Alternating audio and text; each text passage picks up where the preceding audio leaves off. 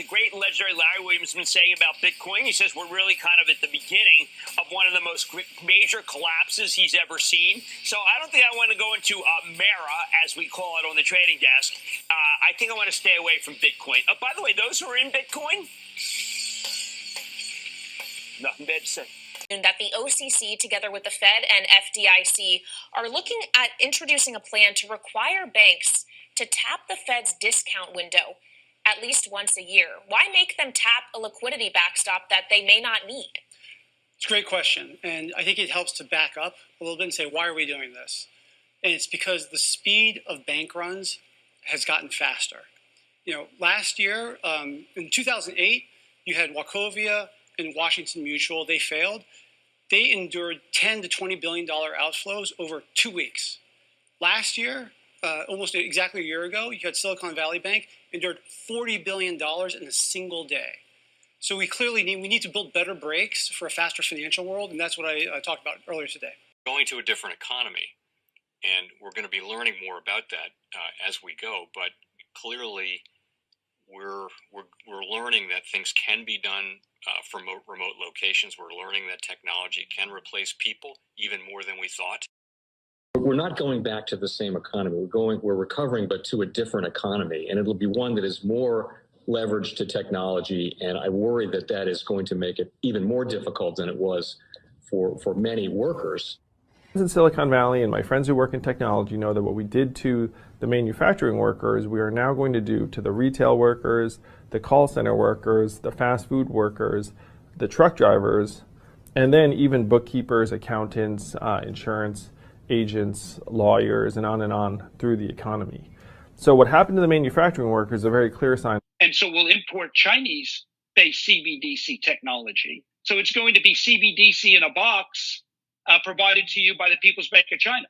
But every stock, every bond, every currency, every commodity, every piece of art, every private business, every piece of real estate will eventually be a token on a blockchain, an entry on a ledger, permanent and immutable. We will have truth instead of trust, and we will save over $7 trillion a year. 6 to 8% of global GDP is wasted by the friction of the trust industry that's necessary when you have dual entry accounting.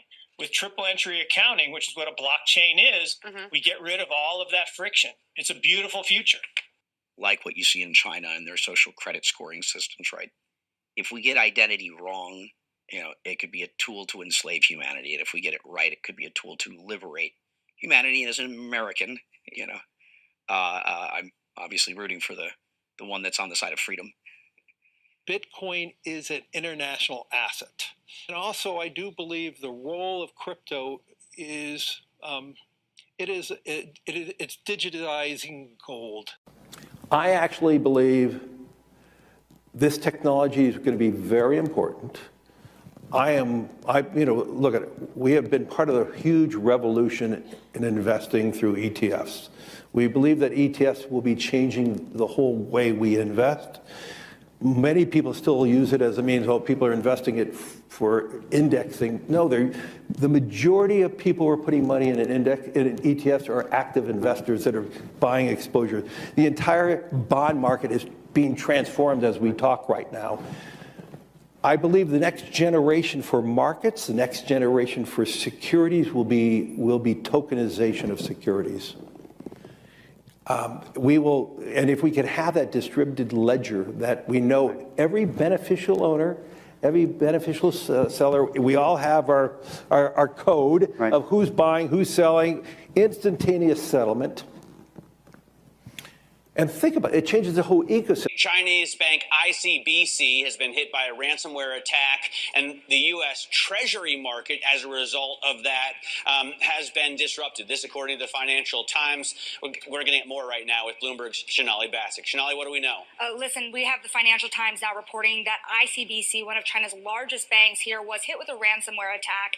And remember, they're a very significant intermediary in the Treasury market. The SIFMA has told his members that this has been part of the reason here that the system is kind of clogged up, if you will. During that auction that we saw a little bit before, the attack had prevented ICBC, according to the Financial Times, from settling Treasury trades on behalf of other market participants. A large executive at a major bank also telling the paper that such a large party on the fixed income clearing corp creates major concerns, potentially impacting the liquidity of Treasury markets. Now, it was not just a poor auction; it was absolutely lousy. And you know, when the dealers have to step in to save a Treasury auction, that's a rare occurrence. And welcome to the Crypto Teacher. And guys, please like and subscribe if you do like what you're listening to.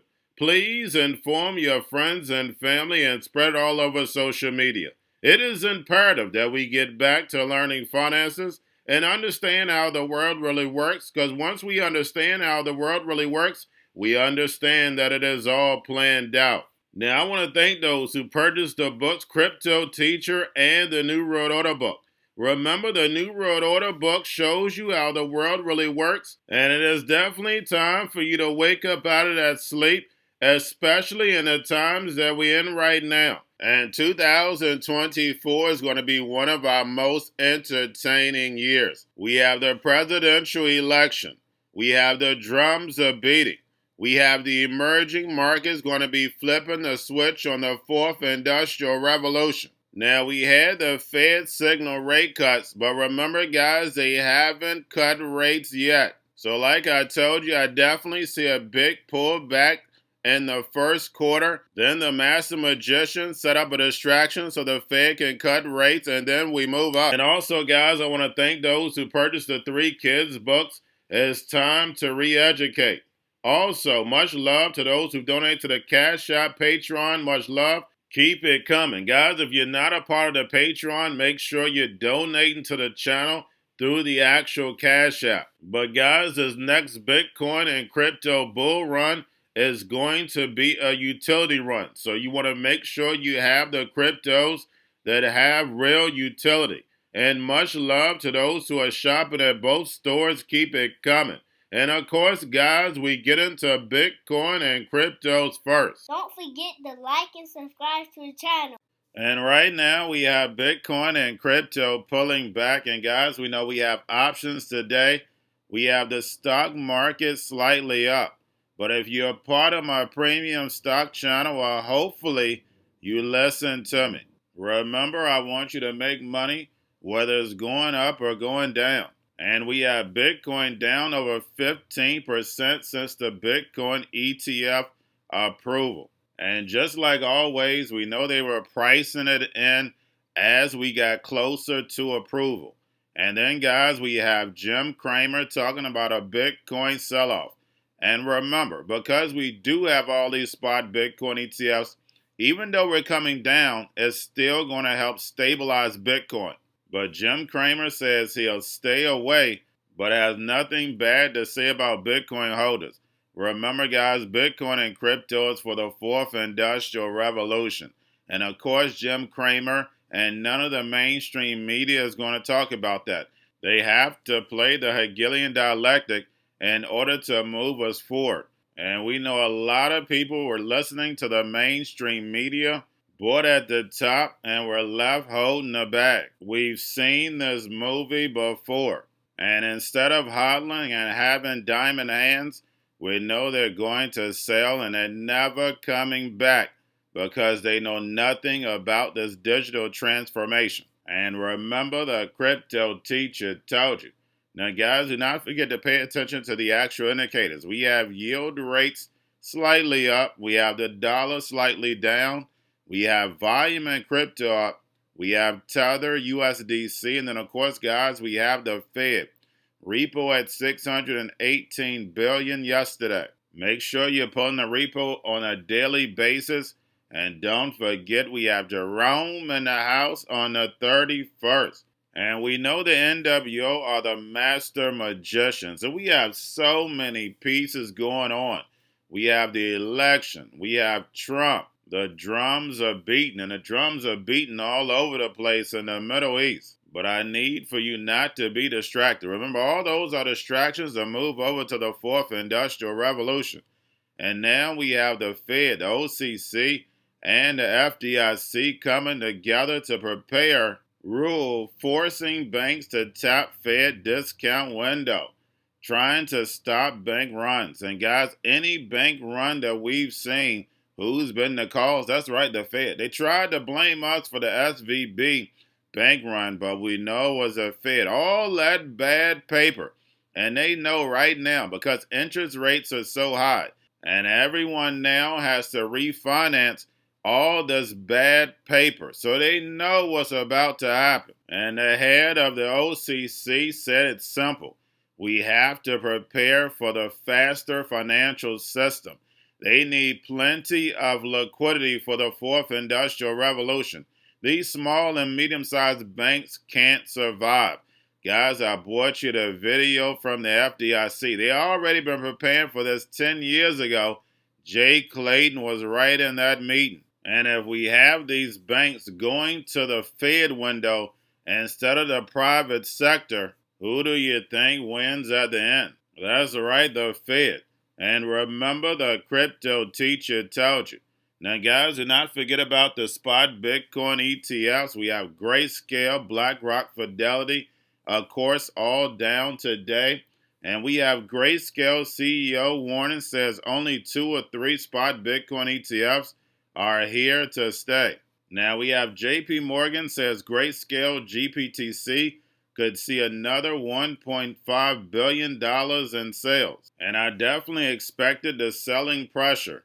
And then also we have ARK continues to shuffle out of Bitrue and buys 15 million of its own ETF. So since the spot Bitcoin ETF approval has been done, we see a lot of reallocation of funds. Now we have Fidelity's Ether ETF delayed as more leveraged Bitcoin ETF bids flood in. So the SEC extended it another 45 days. So March 5th is the next date for the decision. And lastly, guys, we have China forms Metaverse Working Group with Huawei, Tencent, Ant Group, and others. And the Metaverse, the virtual world, has been put on the back burner. It's no longer a part of the mainstream media, but we know over in the emerging markets and the Middle East, they're moving fast forward when it comes to the Metaverse. Tokenization of the real world is the next step. And then, guys, it's the Metaverse. They want to take this actual real world and put it in the virtual world, so absolutely nothing is real. Remember, they want your mind, body, and soul. I know it sounds like a movie, but remember, your life is an illusion, and TV is your reality. And remember, the crypto teacher told you, because he knows when it comes to the NWO, it's all planned out. But guys, all I have for you. Don't forget about the books, Crypto Teacher and the New World Order book, plus the 3 kids books. It's time to re-educate. Also, new to cryptos, Coinbase, Bitrue, Binance. Do not forget book links and crypto links are in the description. The stock channel, guys. Don't forget to go like, subscribe, spread everywhere. You have your Kobo, your chip stocks, your banking, your gaming. While everybody's sitting at home, get on stocks, the Seaver, the biotech stocks. And while everybody's at home wishing they were still getting that free money, what are they doing? Drinking and smoking weed. Don't forget about those stocks, and you have a wonderful day. The most powerful person in the world is the storyteller. The storyteller sets the vision, values, and agenda of an entire generation to come. Steve Jobs.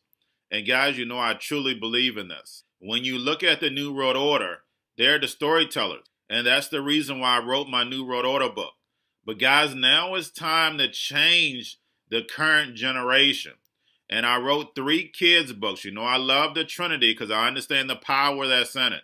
So I have 3 books. We have an opportunity to change the generation, to educate, not just me, but I want to show you that I take action on a daily basis.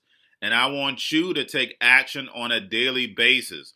Whether it's your job, whether it's in your community, we have an opportunity right now to educate the masses. I posted this on my Twitter account. Please share, but this is a short clip of the 3 books. There's going to be a clothing line and action figures. Please get these books for your kids, nephews, cousins, friends, so therefore we can start the re-education now. Because as we see, the fourth industrial revolution foundation is definitely here. Robots, algorithms, drones, taking humanity out the picture. We have to re-educate. But let's get into the video. Part 1. King Joshua and Grandma Tam save the village. Part 2. King Joshua and Grandma Tam save New York from COVID-33. Part 3. King Joshua and Grandma Tam goes to China. It's mandatory to get part 1, part 2, and part 3 of this series. It's time to re-educate Generation Z.